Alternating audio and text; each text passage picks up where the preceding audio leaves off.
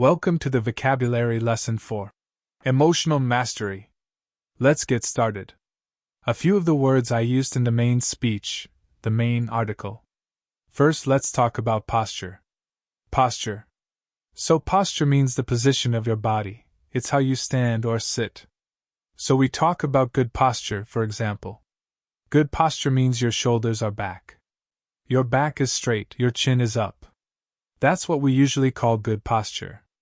And bad posture would mean, again, you're leaning forward. Your shoulders are forward. Your back is not straight. So again, posture just means the position of your body, how you position your body. How you hold your body, that's posture. Another word I used was grin. A grin can be a noun, it's a thing. Or it can be a verb, it's something you do. So to grin means to smile, but to smile in a big way. When you grin, you're not using a small smile. You're using a very, very big smile. Again, it's also a noun, so if you have a very big smile on your face, we say that is a grin. He has a big grin. You could use both, I guess. You could say he is grinning a big grin. Okay, so grin again is a large smile or the act of doing a large smile. Another phrase I used was tends to be. He tends to be an angry person. Tends to be means usually is. So he usually is an angry person. He tends to be an angry person. So it's something that usually happens, usually is true, mostly is true. But not always. Not always. So I could say, Tomo tends to be happy. It means she usually is happy. It's her normal thing to do or normal thing to feel. But not always, sometimes she's not happy. So tends to be, usually is or often is or mostly is. Okay, another word I used was shifting.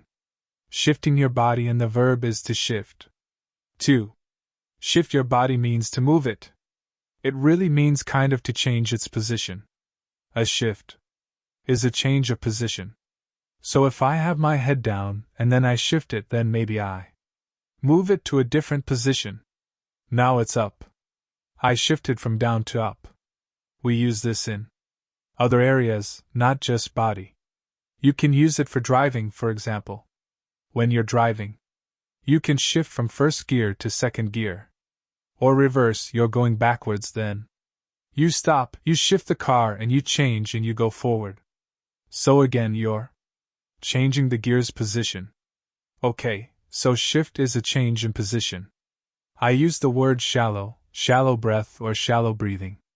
And I also use the word deep, deep breathing or a deep breath. So they're opposites, of course. Deep, we also use this with water, for example. Deep water means water that goes down very far.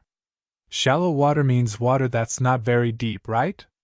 It's the opposite, water that does not go down far. So shallow breathing is the same idea. It means breathing that is very small, that doesn't go down into your body very much. So, that's shallow breathing, right? It's small little breaths. The air does not go down deep into the body. That is shallow breath or shallow breathing. And the opposite is deep. Deep breathing is, right, the air goes down into my body very far, very deeply. But shallow does not go deeply. Okay, so we use this a lot with breathing. Shallow breathing and deep breathing, they're opposites. Another word I used is force, to force, using it as a verb, an action. To force something. Or to force yourself to do something. It's a very common phrase. The whole thing. Again, to force yourself to do something. For example, force yourself to smile. So force means to try hard. It has an idea that you don't want to do it but you do it anyway. You make yourself do something difficult. You make yourself do something maybe you don't want to do. So you use effort. You use your energy. You use your power to do something. So when you force something, it's the opposite of really relaxed. It's the opposite of doing it effortlessly. So force yourself to smile means use your energy. Make yourself smile, even if you don't want to. Use energy. Force it. Try hard to smile. So that's to force yourself to do something. Another word I used is depressed or depression. So depression is the noun, depressed. Is the feeling, it's an adjective. Like I feel depressed, it's how you feel. So depressed means very, very sad. Feeling very, very sad and bad about yourself, about your life. About everything. So if you say, I'm sad, usually that's more specific, you have a reason. I'm sad about something. I'm sad because I lost my job. But if you're depressed, it's a very more general kind of feeling. You're depressed about everything. Usually.